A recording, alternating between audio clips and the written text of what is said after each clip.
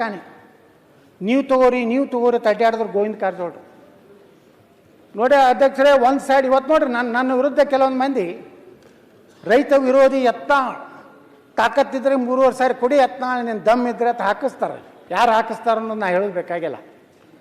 ಈ ದಮ್ಮ ನನ್ನ ಕೇಳೋರು ನೀವು ಒಂದು 10 ಕಾರ್ಖಾನೆ ಮಾಡ್ಬೋದಾಗಿತ್ತಲ್ಲ ಈ ರಾಜ್ಯದಾಗ. ನನ್ನ ತಾಕತ್ತು ಕೇಳೋರು 10 ಕಾರ್ಖಾನೆ ಖರೀದಿ ಮಾಡ್ಬೋದು. ಎಲ್ಲೆಲ್ಲೋ ಆಸ್ತಿ ಮಾಡಿರಿ, ಎಲ್ಲಿ ದುಬೈದಲ್ಲಿ ಮಾರಿಷಸ್ನಲ್ಲಿ ಆಸ್ತಿ ಮಾಡಿರಿ.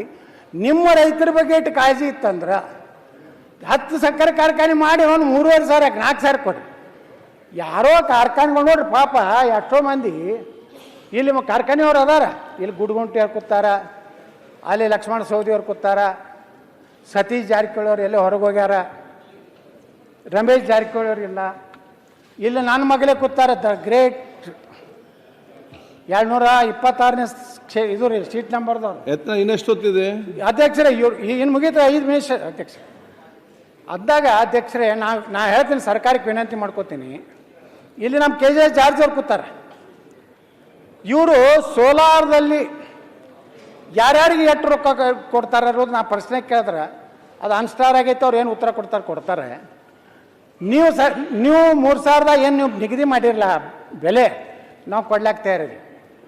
ಆದರೆ ನಮ್ಮ ಕರೆಂಟನ್ನು KJ ಜಾರ್ಜ್ ಅವ್ರಿಗೆ ಮನವಿ ಮಾಡ್ತೀನಿ, 20 ವರ್ಷವರೆಗೆ ಕರ್ನಾಟಕದ ನೀವು ವಿದ್ಯುತ್ ಶಕ್ತಿ ಮಂತ್ರಿಗಳಾಗಿ ಕನಿಷ್ಠ 10 ವರ್ಷವೇ ನಮ್ದು 6 ರೂಪಾಯಿದಂಗೆ ತೊಗೋತೀನಿ ಅನ್ನೋವಂಥದ್ದನ್ನು ಮಾಡಿ ಸರಿಯಾಗಿ ನೀವು ಪೇಮೆಂಟ್ ಕೊಟ್ಟರೆ ನಮಗೆ ಪೇಮೆಂಟ್ ಬೇಕಾಗಿಲ್ಲ. ಸನ್ಮಾನ್ಯ ಮಂತ್ರಿಗಳೇ, ಡೈರೆಕ್ಟ್ ರೈತರ ಅಕೌಂಟಿಗೆ ಹಾಕಿಬಿಡ್ರಿ. ನಮ್ದು ಎಷ್ಟು ನಾವು ನಿಮ್ಗೆ ಕಳಿಸ್ತೀವಿ, ರೈತರ ಅಕೌಂಟಿಗೆ ಹಾಕ್ರಿ.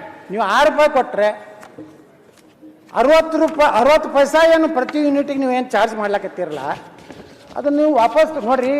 ಕೈಗಾರಿಕೆಗಳು ಯಾರ್ಯಾರಿಗೂ ಎಲ್ಲಿ ಹೋಗ್ತೀರಿ ಫುಲ್ ಡ್ರೆಸ್ ಹಾಕ್ಕೊಂಡು ಅದು ಎಲ್ಲ ತಂಡ್ಯಾಗ ಹೋಗಿ ಯಾವ್ದು ಹೆಸರದು ಎಂದೂ ಸೂಟು ಬುಟ್ಟು ಹಾಕೊಳ್ಳಾರ್ದು ಎಲ್ಲ ಮುಖ್ಯಮಂತ್ರಿನೂ ಹಿಂಗೆ ಹಾಕ್ಕೊಂಡು ಇವರು ಹಿಂಗೆ ಕೈಗಾರಿಕಾ ಮಂತ್ರಿ ಹಾಕ್ಕೊಂಡು ಅಲ್ಲಿ ಹೋಗಿ ಕೈ ಮುಗಿದು ನಮ್ಮಲ್ಲಿ ಇನ್ವೆಸ್ಟ್ಮೆಂಟ್ ಮಾಡಿರಿ, ನೀವು ಬುಂದೇವಂತರು ಅಂಥೇಳಿ ಅಲ್ಲಿ ಕೈಕಾಲು ಹಿಡಿದು ಬರ್ತೀರಿ.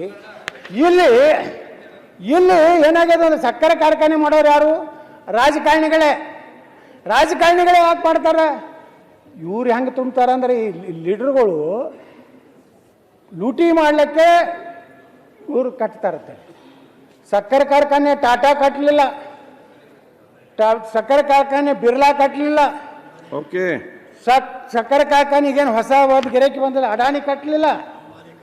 ಅದು ಕಟ್ಟದಂಥವ್ರು ಯಾರು ಅಂದರೆ ಈ ಮಣ್ಣಿನಲ್ಲಿ ಹುಟ್ಟಿದಂಥ MLA ಆಗಿರ್ಬೋದು, MP ಆಗಿರ್ಬೋದು, ಆ ಭಾಗದ ರೈತರ ಕಷ್ಟಕ್ಕಾಗಿ ಸಕ್ಕರೆ ಕಾರ್ಖಾನೆ ಕಟ್ಟಿದ್ದಾರೆ ಹೊರತು ಯಾರೂ ಲೂಟಿ ಮಾಡೋರು ಮಾಡಿರ್ಬೋದು. ತನಿಖೆ ಮಾಡಿರಿ, ಒದ್ದು ಒಳಗೆ ಹಾಕ್ರಿ.